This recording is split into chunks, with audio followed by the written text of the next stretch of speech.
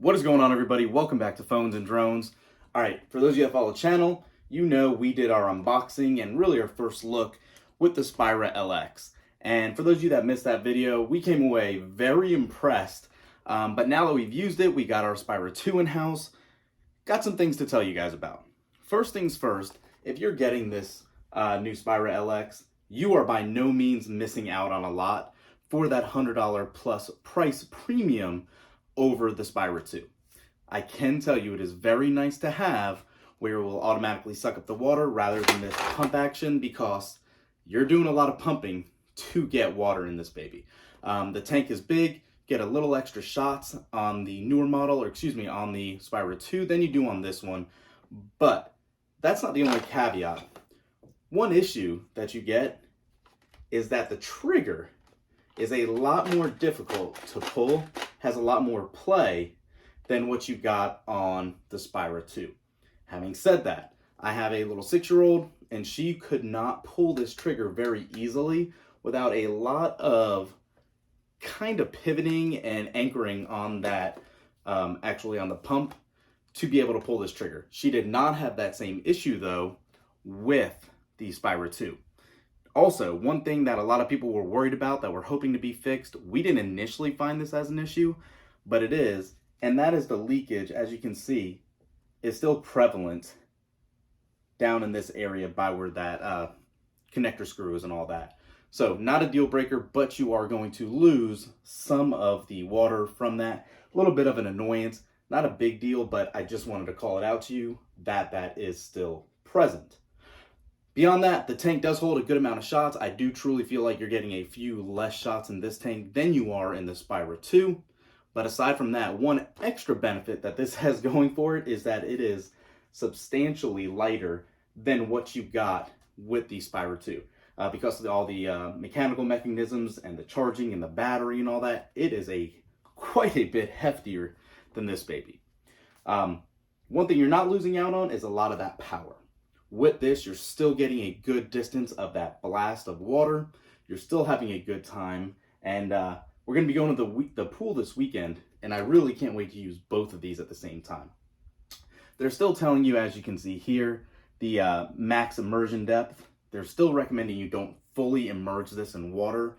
I haven't tried it. I've seen videos on YouTube as well. People have not had any issues doing so. I wouldn't recommend it, especially on the Spyra 2, where you just have a little cap covering where the charging mechanism is for that USB Type-C port. Beyond that, guys, for the price difference that you're getting this for, it is an amazing toy. It's definitely an adult water gun. You're definitely having to do a little more of that labor, but still, if you guys have the few extra bucks to spend and you're interested in using this or wanting to get into a Spyra, this is definitely a good way to do it. Build quality is still perfect. I'll turn it for you. There's not much difference on the sides. You can see the water tank, the full meter right here from 0 to 100% on both sides. You still have that water immersion meter, like I said, or marker. But that's it. Give you a little closer angle in on that trigger. You can see it's much more pronounced here, and it takes a lot more to get it back to click. Aside from that, build is good, like I said. Keep in mind, still working on those leaks that you can see here. I'll go ahead and walk this outside, show you guys a couple more shots if you missed that in our initial video. But for the most part, you are not going to be disappointed with this baby. Let me go ahead and pause this really quick and get on that. All right, so here we go. We got our Spyra bucket. We have our LX, and let's go ahead and dip it in and show you how many pumps it's going to take.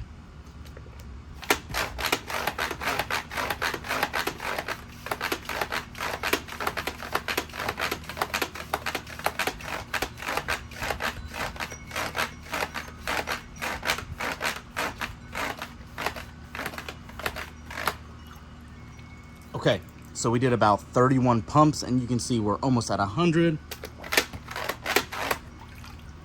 And now we are all the way there. So quite a bit of labor to it. Again, nothing crazy, took a couple seconds to do, but that is exactly what you can expect each time. And now for firing it again, you can see our blast. Still get that power. Let's see if I can get the sleeve.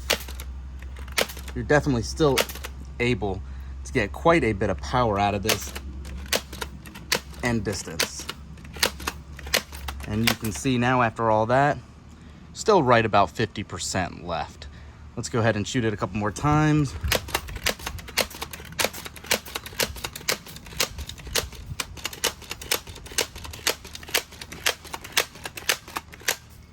And that is it. So we got about 15 more shots, 16 really, and it's empty.